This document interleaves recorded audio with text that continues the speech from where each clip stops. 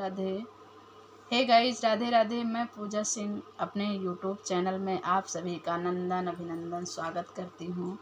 मैं कुंभ मेला पर एक गीत सुनाने जा रही हूँ।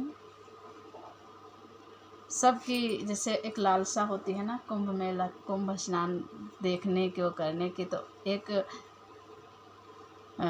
सखी अपने पति से कैसे कह रही हैं, आप लोग ध्यान से सुनिएगा। अगर अच्छा लगे तो ज़्यादा से ज़्यादा लाइक करिएगा, सब्सक्राइब करिएगा और हमारे चैनल को जो है कमेंट करके बताइए कैसा लगा। बराबरी सेवा के बाद हे सैया कुंभ मेला घुमाईदा। बराबरी सेवा के बाद हे सैया कुंभ मेला घुमाईदा। बराबरी सेवा के बाद हे सैया कुंभ मेला घुमाईदा। मेला घुमाईदा पिया, मेला घुमाईदा। मेला घुमाईदा पिया, मेला घुमाईदा। बराबरी सेवा के बाद हे सैया कुंभ मेला दिखाईदा। बराबरी सेवा के बाद हे सैया कुंभ मेला दिखाईदा। संगम त्रिवेणी सोहे घाट हे सैया वही ठैया घुमाईदा। संगम त्रिवेणी सोहे घाट हे सैया वही ठैया घुमाईदा। बराबरी सेवा के बाद हे सैया कुंभ मेला दिखाईदा। बराबरी सेवा के बाद हे सैया कुंभ मेला दिखाईदा। ओही मेलवा के बाटे बहुते बखान हो। ओही मेलवा के बाटे बहुते बखान हो। गंगा जी के पनिया में होई स्नान हो। ओही मेलवा के बाटे बहुते बखान हो। गंगा जी के पनिया में होई स्नान हो। माई जी के चाही आशीर्वाद हे सैया चला पौआ छुआईदा।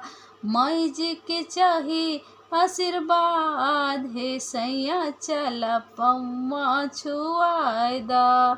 बराबरी सेवा के बाद हे सैया कुंभ मेला दिखाईदा। बराबरी सेवा के बाद हे सैया कुंभ मेला दिखाईदा। मेला दिखाईदा पिया, मेला दिखाईदा। बराबरी सेवा के बाद हे सैया कुंभ मेला दिखाईदा। ज्ञानी और जोगी जहाँ करत है बसेरा।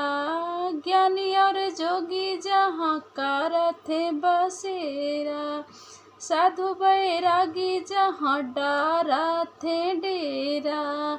ज्ञानी बैरागी जहाँ करत है बसेरा। साधु बैरागी जहाँ डारत है डेरा। संत सामाजिक एक साथ हे सैया हमें दर्शन कराईदा।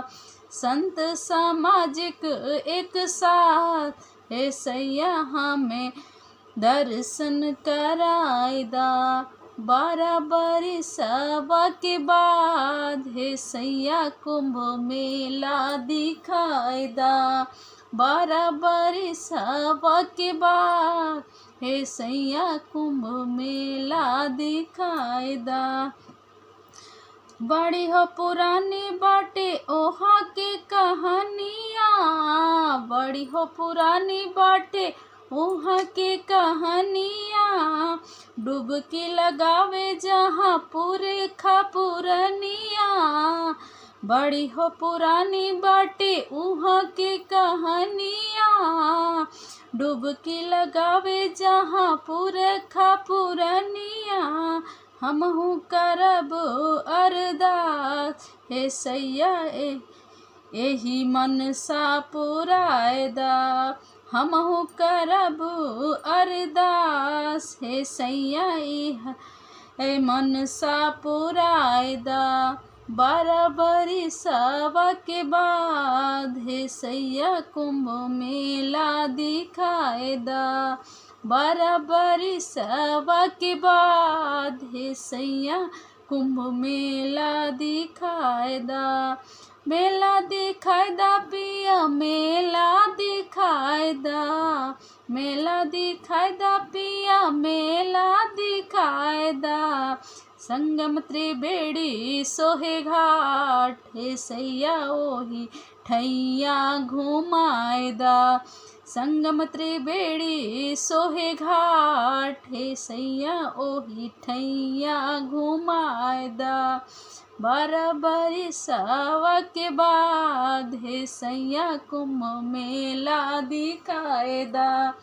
12 बरिसवा के बाद हे सैया कुंभ मेला दिखाएदा।